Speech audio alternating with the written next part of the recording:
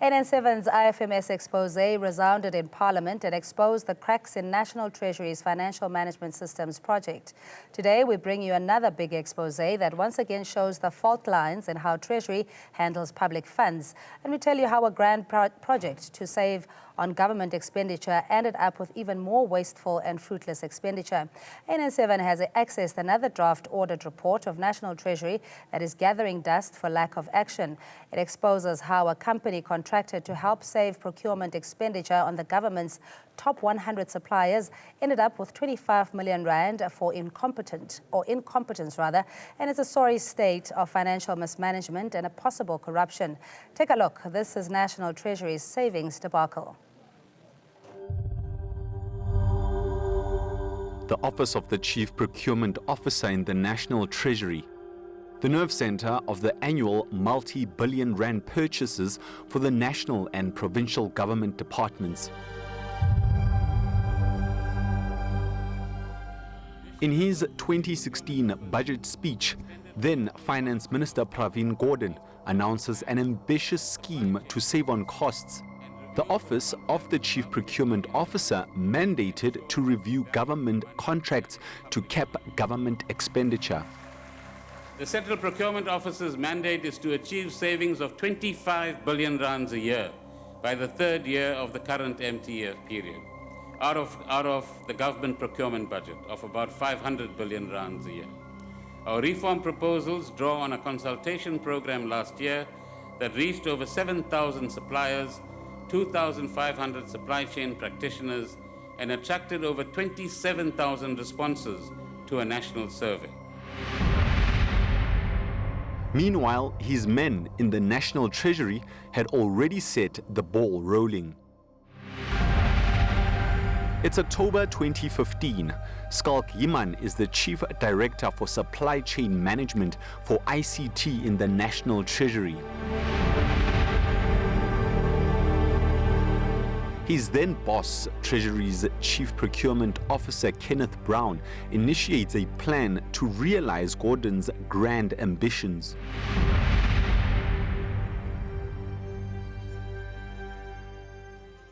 The duo zoom in on the government's top 100 suppliers. Just in the last 3 financial years, the government has spent a whopping 53 billion on procurement from these 100 suppliers.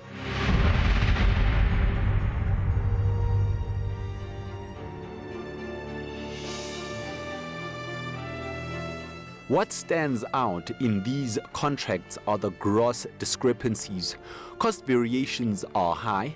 Different national and provincial governments are charged inconsistently for the same item by the same company.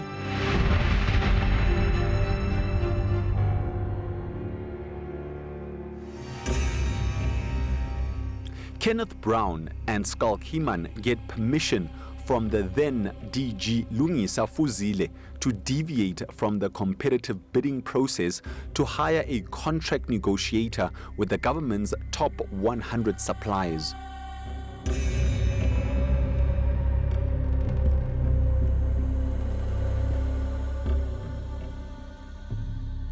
The Chartered Institute of Procurement and Supplies, or CIPS, is handpicked by the two to renegotiate with the government's top 100 suppliers at a cost of 25 million rand. But the ambitious plan, when implemented, comes up in tatters.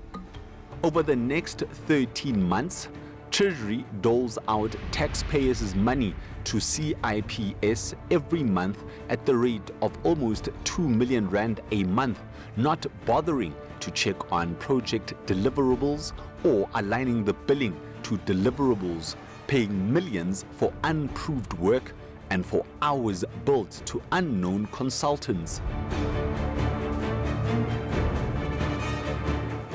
Ironically, it is the National Treasury's own draft audit report in November 2016 that blows the whistle on the gross irregularities in Kenneth Brown's and Skalk Yiman's pet project. CIPS did work on only 22 of the top 100 suppliers. 78 contracts never reviewed, negotiated, or renegotiated. Payment of invoices not aligned to project deliverables. Poor project management by Office of the CPO. All that the CIPS project has to show for its work is revised MOUs and procurement agreements with 4 hotels, 2 airlines, namely SAA and Comair, 1 Microsoft service agreement, and a revised agreement with Telkom. Given the gaps in work done, the draft internal audit recommends that National Treasury recovers some 19.5 million rand from CIPS. But the draft audit report hits a massive roadblock. In December 2016, then Chief Procurement Officer Kenneth Brown leaves the Treasury under a cloud, with the Hawks investigating corruption allegations against him.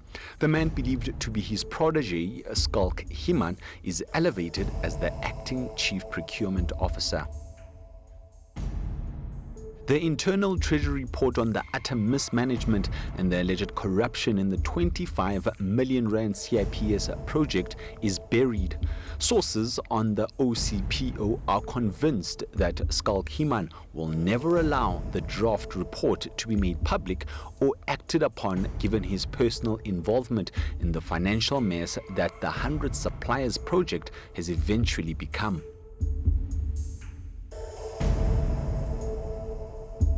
As we speak now, the damning draft audit report continues to gather dust in the corridors of the National's top financial institution, which manages the public purse. A tale of gross irregularities, wasteful expenditure, and possible corruption buried.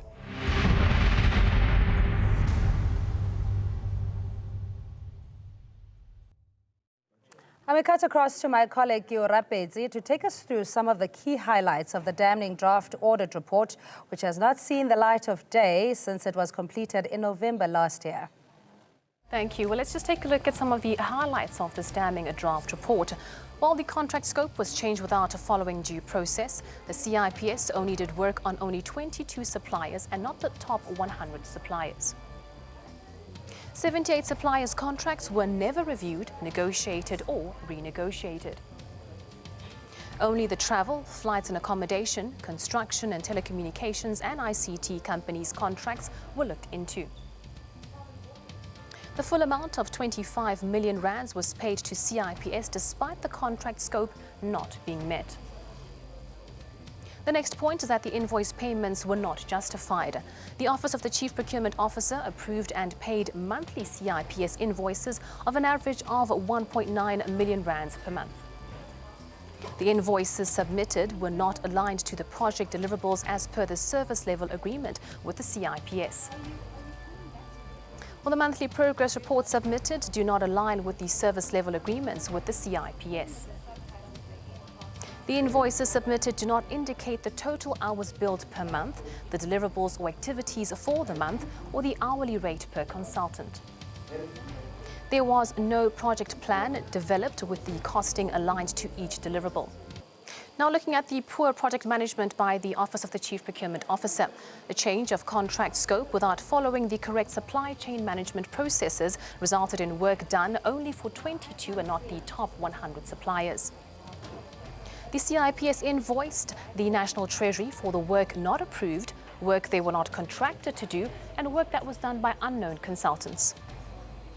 The project weaknesses resulted in the CIPS issuing a credit note to the value of 2.5 million rands to the department. Deliverables by the CIPS were not fully analysed to assess whether they met expected service standards and quality. It's back to you. And more than one source within National Treasury says no one expects the draft audit report on CIPS to resurface. After all, why would Acting Chief Procurement Officer Skalk Human act against the report that indicts a project that he himself authored? Just for the record, Ann7 has written to both National Treasury and CIPS Africa asking them key questions pertaining to these irregularities.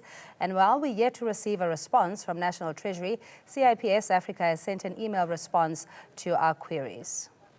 They say, and I quote, in December 2015, CIPS was approached to support the Office of the Chief Procurement Officer at National Treasury of South Africa, and this contract was concluded in November 2016 when the project was accepted as complete by the Office of the Chief Procurement Officer on behalf of National Treasury, and the work was centered on achieving better value for money in government contracts.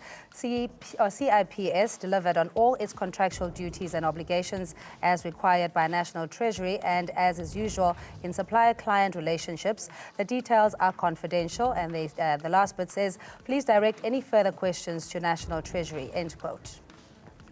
Who should be kept responsible? Obviously, at the end of the day, a fish rots from the head, and the minister who was in charge has to be kept responsible together with the senior officials. What were the savings on travel? What were the savings on all of these contracts that were renegotiated, and why only the 22 were approached and not the 400? Why was the entire amount paid for the project if they only did a fifth of the work? Treasury throughout its years up until today has been reluctant to account to Parliament. That's the reality. And we have said it openly to them. It's while you were running it in media. We then became aware that there is a problem. And then when we were explaining to the ministry today that this is what has been happening. Maybe we need to call for a commission of inquiry into the affairs of Treasury, because if this is what you have uncovered as the media, and we as members of Parliament with all the different structures that we have in government, if we are not able to pick it up and it goes to you, so clearly there is something wrong. So we need to start there first of all and maybe call for an inquiry, a commission of inquiry to look into the issues of Treasury and even specifically into these issues as to how much of money was saved. There's going to be consequences, yes. In Scopa, where I sit quite regularly, we've dragged in the Hawks, we've dragged in the NPA, under the anti-corruption unit, because we want to be very clear and specific that you take the money of the taxpayers, somebody must account. I understand that these parliamentary committees have an oversight function and they have to investigate what's going on. But ultimately, the buck is going to have to stop with the Minister of Finance. And I really believe the time had come that the Minister of Finance now has to take strong and the necessary action. If we go through this report, I think there is the possibility that there has been criminal action and fraud. The Minister has to appoint a proper investigation into these matters.